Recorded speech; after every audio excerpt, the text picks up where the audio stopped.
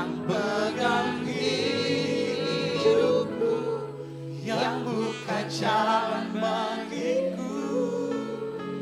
Kau pembuat mujizat sejati. Kau pembuat mujizat sejati. Sekali lagi kau pembuat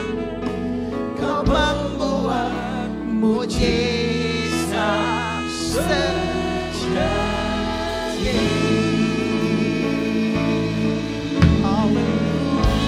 Haleluya. Direhanowai dibisaikan mai dibitis. Kami mengakui Engkau pembuat mujizat sejati Tuhan.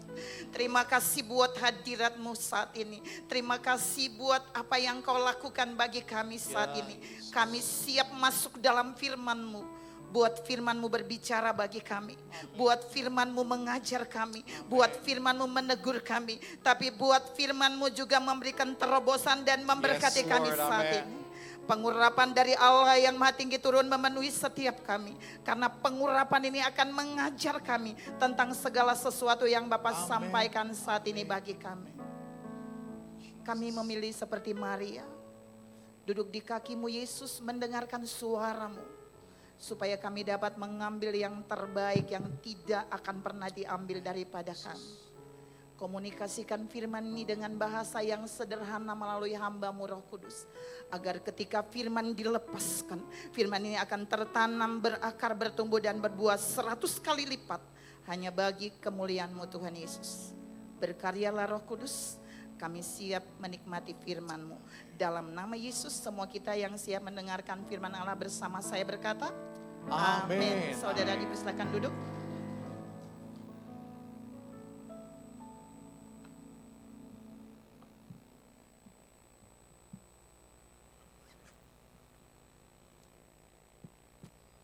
Shalom saudara. Aduh kurang semangat. Shalom. Iya.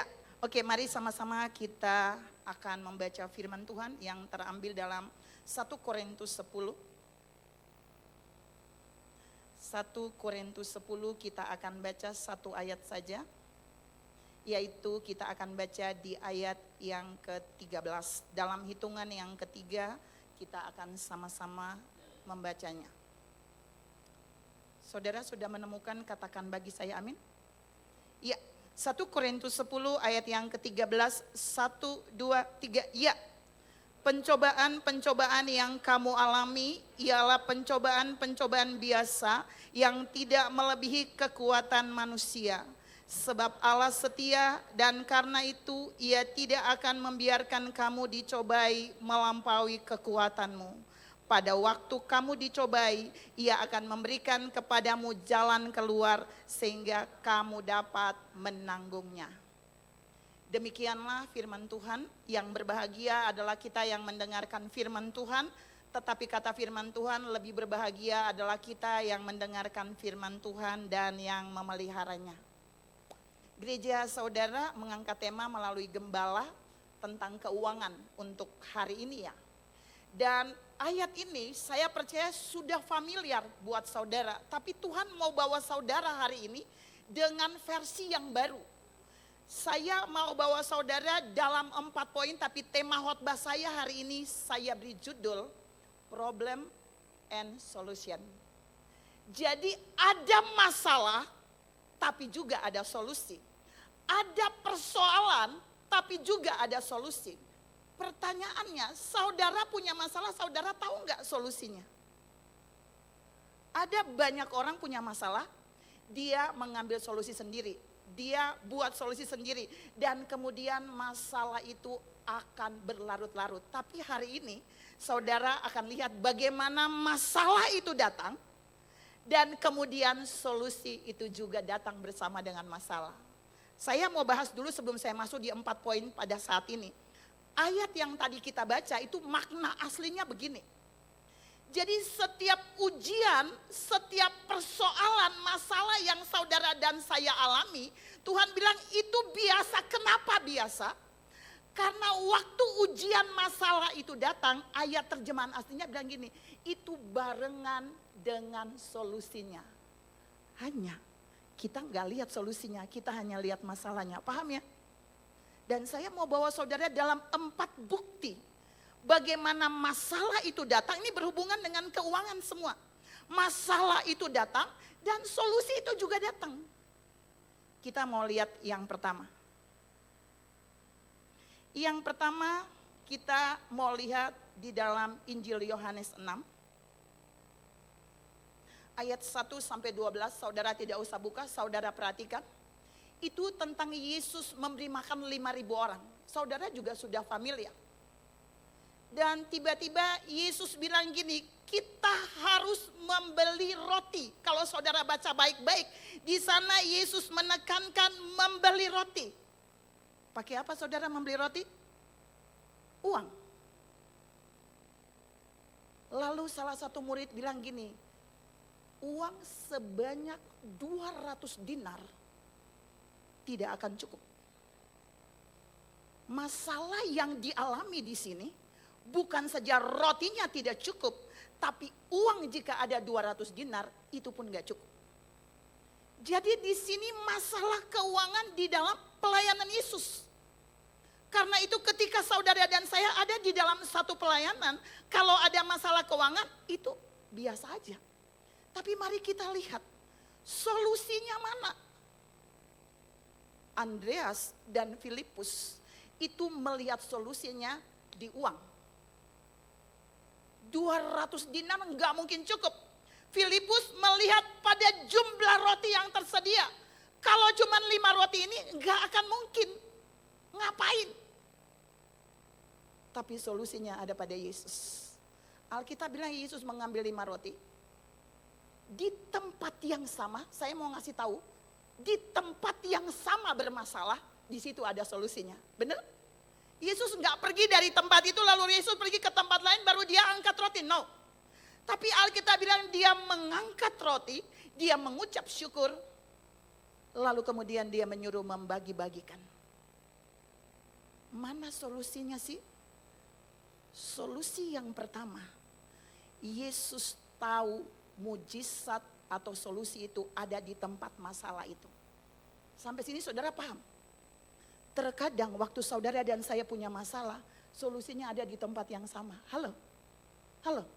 Kalau masalahnya dalam keluarga, solusinya juga ada dalam keluarga. Jangan cari di luar. Hello, hello, hello. Yesus menunjukkan buat para murid bahwa solusi masalah itu ada di tempat yang sama. Dan ini berita baik buat saudara dan saya. Terkadang ini jenis poin 1. Terkadang masalah kita, waktu kita alami kita pergi jauh dari tempat masalah itu, padahal mujizatnya ada di situ. Solusinya ada di situ.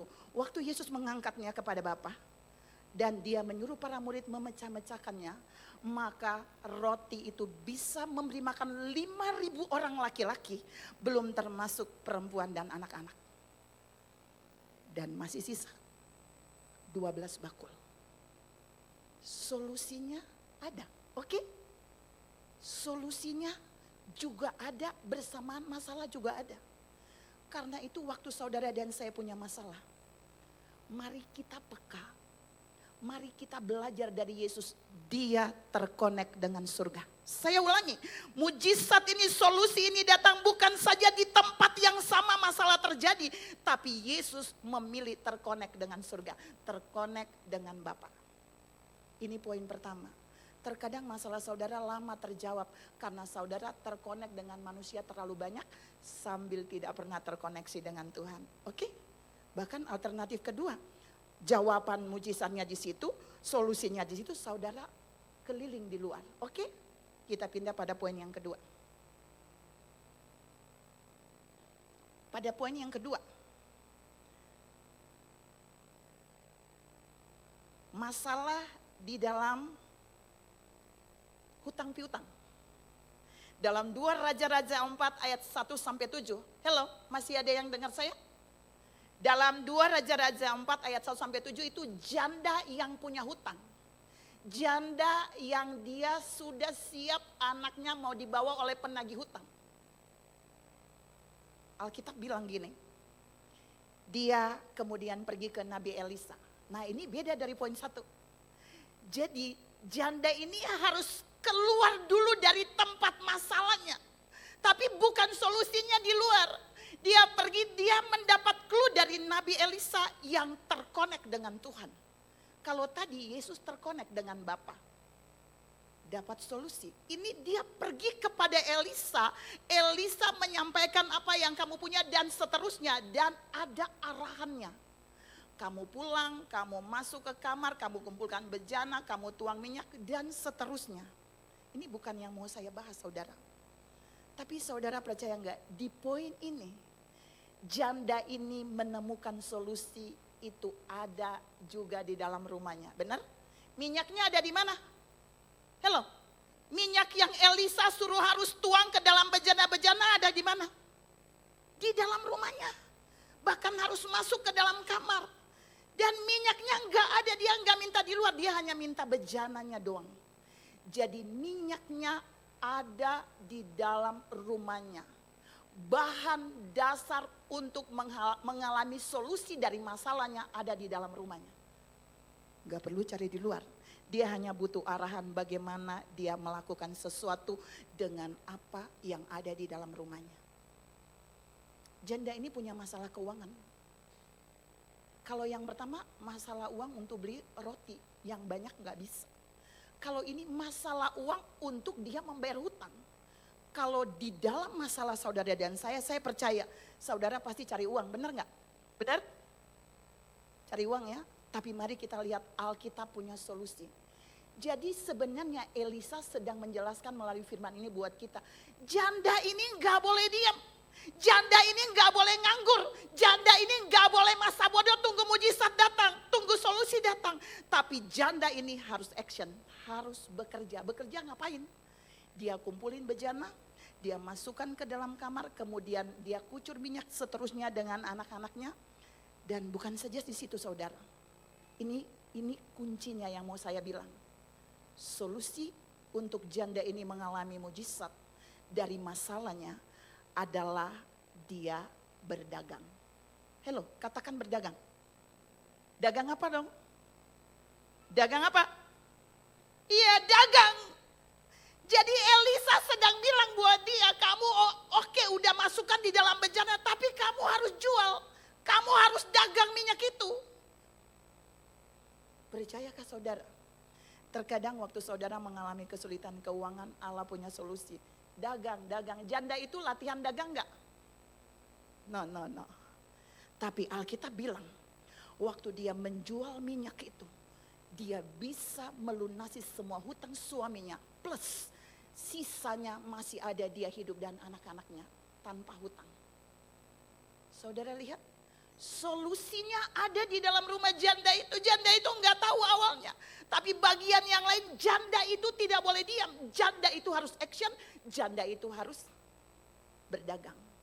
Jadi Alkitab bilang begini, salah satu solusi di mana saudara dan saya bisa mengatasi keuangan yang lagi minus, saudara bisa berdagang. Tapi gak usah buat-buat, ini yang dialami oleh janda ini. Terkadang ada orang-orang yang mengalami masalah keuangan, Allah berikan solusi yang sama. Oke, yang ketiga. Poin yang ketiga.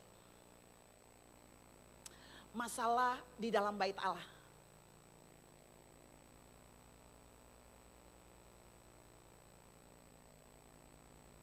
Waktu Petrus dan murid-murid bertemu dengan Yesus, lalu ada orang datang menagih pajak bait Allah.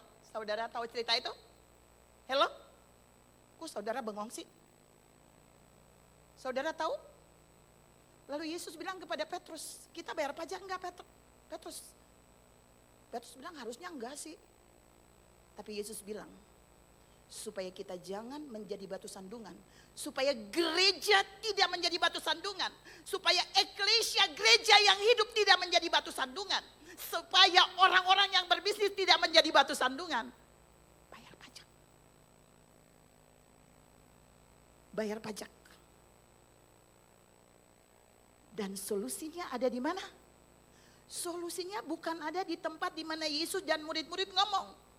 Tapi Yesus bilang buat Petrus, pergi, ambil pancing, lalu pancing ikan di danau. Jadi solusinya ada di luar tempat masalah. Halo. Solusinya jauh dari masalah. Jadi Petrus harus pulang ambil pancing dulu, baru Petrus pergi ke danau. Saudara tahu, ini yang pertama Yesus bilang, kalau saudara mau mengalami terobosan keuangan, kerja. Katakan kiri kanan, kerja. Kerja, jangan malas. Petrus pergi memancing ikan. Dan Alkitab bilang seperti yang Yesus bilang, di mulut ikan Petrus menemukan uang 4 dirham. Dari 2 poin pertama yang saya bahas, kalau butuh uang gak langsung dikasih uang. Tapi ini butuh uang, dapat uang kan? Dari 10.000 masalah saudara butuh uang, dapat uang, itu Alkitab menjamin 1% aja. Jadi kalau saudara krisis uang jangan minta uang terus. Allah punya solusi yang luar biasa, oke? Petrus dapat 4 dirham.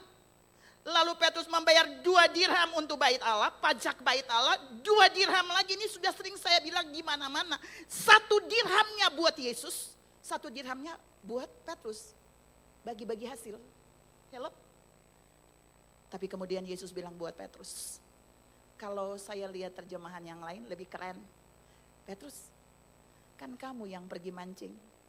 Yang punya aku kasih juga buat kamu Petrus. Jadi Petrus punya berapa? 2 dirham. Bagi yang bekerja, dia pasti dapat solusi keuangan.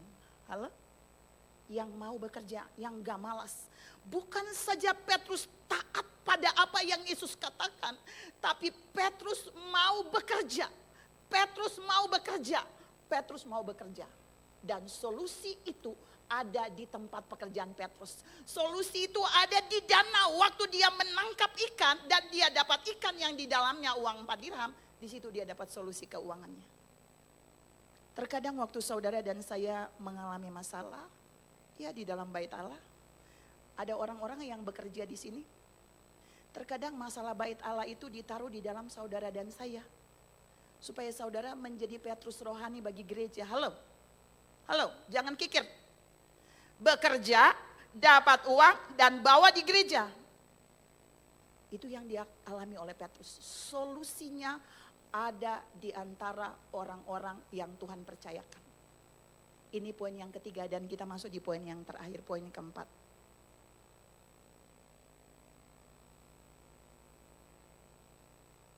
Ini poinnya agak berbeda dari sebelumnya.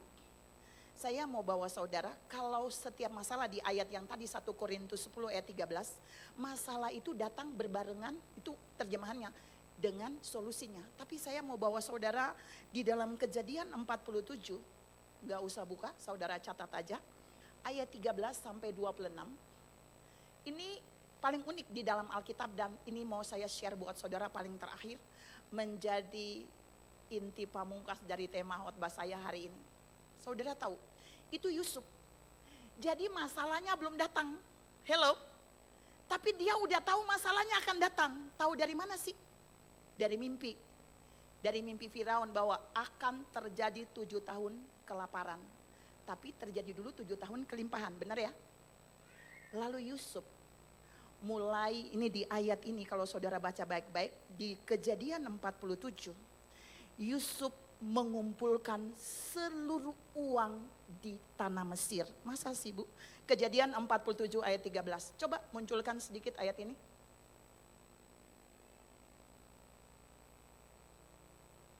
Yusuf mengumpulkan apa? Sudah muncul? Ya. Di seluruh negeri itu tidak ada makanan sebab kelaparan itu sangat hebat sehingga seisi tanah Mesir dan tanah Kanaan lemah lesu karena kelaparan. Bawahnya lagi? Yes, maka Yusuf mengumpulkan segala uang yang terdapat di tanah Mesir dan di tanah Kanaan, yakni uang pembayar gandum yang dibeli mereka, dan Yusuf membawa uang itu ke dalam istana Firaun. Ini udah kelaparan belum? Udah kelaparan belum? Belum. Yusuf punya antisipasi sebelum masalah datang. Dari mana? Solusinya dari surga, dikasih tahu sebelum masalah datang. Ini paling keren, orang paling bijak nih harus kayak gini. Jadi dia mengumpulkan uang, caranya dia menjual gandum. Semua orang beli gandum dari dia. Tapi kalau saudara baca yang kedua lagi, Yusuf bukan saja mengumpulkan uang. Dia mengumpulkan segala ternak seluruh orang Mesir. Kambing, domba, sapi dan lembu. Kenapa sih Bu? Karena waktu uangnya udah dibeli gandum habis, uang mereka habis, gandumnya habis. Mereka datang bawa ternaknya tukar, barter dengan gandum dari Yusuf. Keren gak? Kalau ternak ditukar dengan gandum sebenarnya fair gak saudara? Fair gak? Enggak, ternaknya lebih mahal dibanding gandum. Tapi Yusuf ini cerdas, uang mereka butuh makan, paham ya? Dan semua ternak mereka ditukar, kalau saudara baca ayat berikutnya, itu semua Yusuf beli. Beli tapi bukan pakai uang, uang Yusuf enggak berkurang, uang Firaun enggak berkurang. Tapi diganti dengan gandum. Di ayat bawahnya lagi, mereka habis, semua ternak habis, gandum habis, mereka udah gak ada uang. Mereka datang membawa ladang mereka. Lalu Yusuf membeli tanah mereka. Belum kelaparan.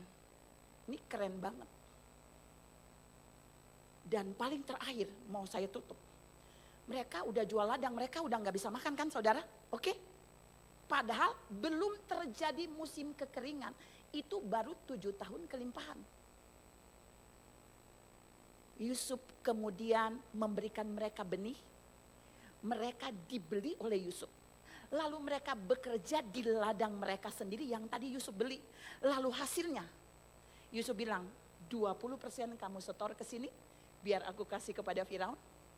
Dan sisanya buat kamu tabur benih lagi untuk ladang itu. Dan sisanya lagi buat kamu dan keluarga kamu makan. Saudara yang saya kasihi dalam Tuhan Yesus Kristus. Tuhan mau bilang di bagian ini bahwa Yusuf bukan mendapat solusi untuk pekerjaannya saja. Tapi dia mendapat solusi untuk menjadi berkat bagi banyak orang. Kalau poin 1, Yesus mendapat solusi untuk memberikan makan 5.000 orang, is okay. Janda itu hanya untuk keluarganya, solusinya untuk dia enggak jadi berkat. Dia hanya diberkati dapat solusi. Tapi Yusuf, ini dia menjadi berkat. Dan Tuhan mau gereja ini ada di bagian yang terakhir. Jangan saudara punya masalah, saudara sudah dapat solusi, is okay. Tapi Tuhan mau, saudara minta hikmat sama Tuhan. Allah bisa membocorkan apa yang akan terjadi, tapi Allah juga bisa membocorkan solusinya. Tapi kunci paling terakhir kalau saudara baca, mengapa Yusuf bisa gitu? Karena Allah menyertai dia, karena dia terhubung dengan Tuhan. Yesus terhubung dengan Bapa. Janda yang punya hutang terhubung dengan Tuhan melalui Nabi Elisa yang terhubung dengan Tuhan. Dan Petrus, dia mengalami solusi itu karena dia terhubung dengan Yesus. Semua yang saya bahas hari ini saudara kalau perhatikan, semuanya harus ada action. Ada bagian yang harus kita kerjakan ketika masalah datang. Hello, bukan diam, tidak ada action. Tapi ada bagian yang harus Tuhan kerjakan. Ada solusi yang terjadi di tempat masalah. Tapi ada solusi yang terjadi di luar tempat masalah itu. Tapi Allah bertanggung jawab di dalam 1 Korintus 10 ayat 13. Dia pasti memberikan kita solusi ketika masalah itu datang. Yang penting terhubung dengan Tuhan. Tuhan memberkati saudara berlimpah. Amin. Saya undang pemain musik sama singer. Saya masih punya waktu 7 menit dan kita nyanyikan satu sebelum saya serahkan. Ku terhubung. Dan saya minta saudara masuk dalam hadirat Allah sebelum saya serahkan. Supaya masalahmu, kalau masalahmu adalah keuangan. Saudara lihat ada tempat di mana Allah bisa menyediakan solusi. Dan Allah tidak pernah gagal menyiapkan solusi atas setiap masalah kita. Yang penting terhubung dengan Tuhan. Amin. Yes.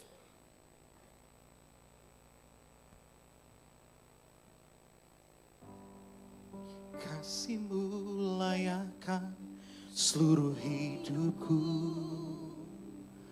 mampukanku melakukan yang Kau inginkan.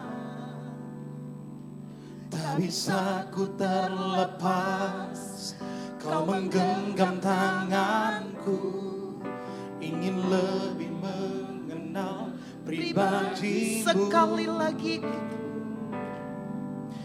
Kasih-Mu layakkan seluruh hidupku, mampukan ku melakukan yang kau inginkan. Tak bisa ku terlepas, kau menggenggam tanganku, ingin lebih mengenal pribadimu. Yes, ku terhubung. Ku terhubung denganmu, selalu Yes, melekat di hatimu. Firman-Mu itulah dasar hidupku, yang berjalan atas. ku terhubung. Yes, Terhubung dengan apapun masalah saudara, you lay on the way with Jesus.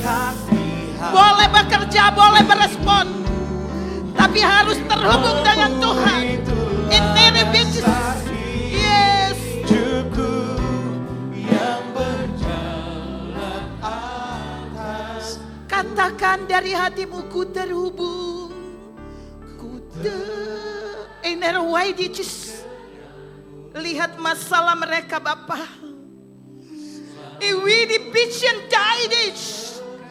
Yes. Buat mereka mengambil solusi itu Bapa. Vision died. Night. Buat mereka percaya bahwa di mana ada masalah di sana ada solusi.